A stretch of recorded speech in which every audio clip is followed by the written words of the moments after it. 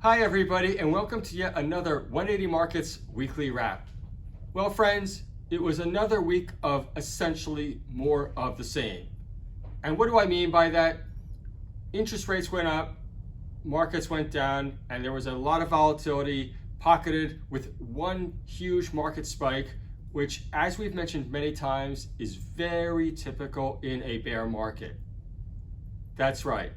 So what are we doing here right now? We continue to watch, we continue to observe. On a positive point, we will start to enter some positive seasonality towards Christmas time, which is not that far away at this point in time. But until then, we'll continue to be patient.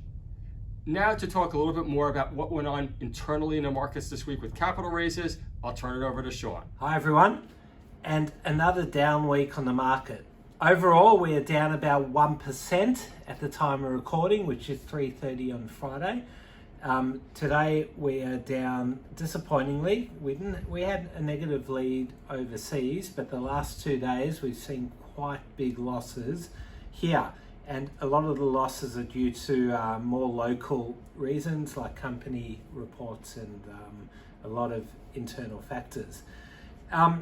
Here's the chart of the all odds over the last year. So as you can see, we are pretty close to the lows, pretty directionless the last few weeks. And I feel that it's going to move one way or the other pretty soon, hopefully upwards.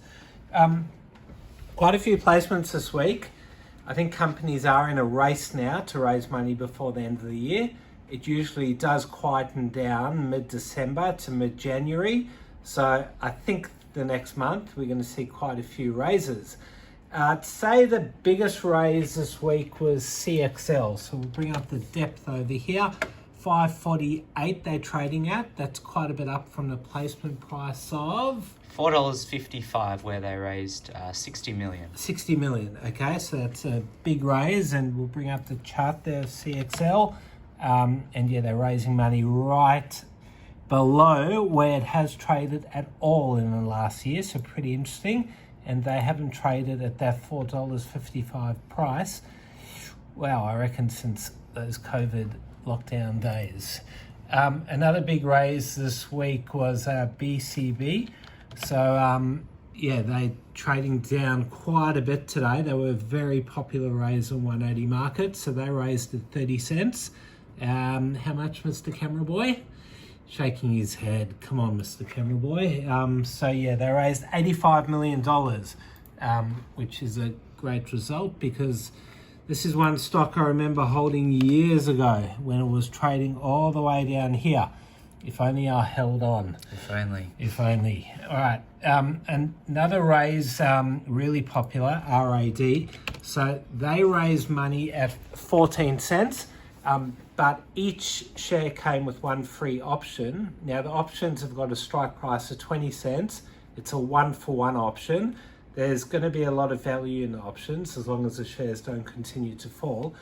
Now this stock listed at 50 cents just under a year ago has been one of the most disappointing IPOs that we've seen. And a lot of people followed, I won't mention names, but the main man in there who's been pretty successful at his other roles in other companies. And it will be very interesting to see how this one performs. Those options can be worth a lot of money if Mr. gets things on track there. He did put money in. Do your own research, people. One more I'll mention, MMG. This is a pretty interesting raise. They are raising money today, but why it's interesting is just look at that. So let's bring up the chart of the last. So it has had a massive run up from 36 cents all the way up to 48, just the last few days. So yeah, they've really taken advantage of the run. They made a positive announcement yesterday. Let's bring it over there. So they did acquire a lithium project. I don't like that when a company makes an announcement and raises the next day, but yeah, I guess it's better for shareholders to have a higher price in the raise. a few movers this week. We'll talk about ups first. AZS, so Azure Minerals. Let's just bring up the chart before we look at what they announced. So they actually hit 36 cents on, I think it was Wednesday. And so what they announced was that they have high grade lithium at Andover. So lithium is still the magical word we can see. Get the camera off me. Toys R Us. That's a business a lot of us know, but I think it has disappeared over from our radars the last few years. Now, very interesting trading there, and I'll tell you why in a second. So as you can see, they went up the last 5 trading days, 1, 2, 3, 4 there. They got a speeding ticket, which is a query from the ASX on Wednesday. And they announced in there that they've got upcoming news. So someone must have known about the news. And then this morning they announced they have an exclusive sub-license with WH Smith. It did open at 6.9, but a bit of the case of buy the rumour, sell the fact here. It's down 30% now after all traders, or those in the know, I hope not, are taking their profits. Another up stock this week is Syrah Resources. So that's where Mr. Tolga Kumova made all his initial money, a well-known mining stock. Let's look at the weekly chart and I'll show you how we've got to go back even further. So a lot of you have dreams when you buy mining stocks, and Mr. Kumova had a dream. He was a broker down here and he spotted this company when it was trading under 10 cents. It did hit $6.30, and that was in 2016.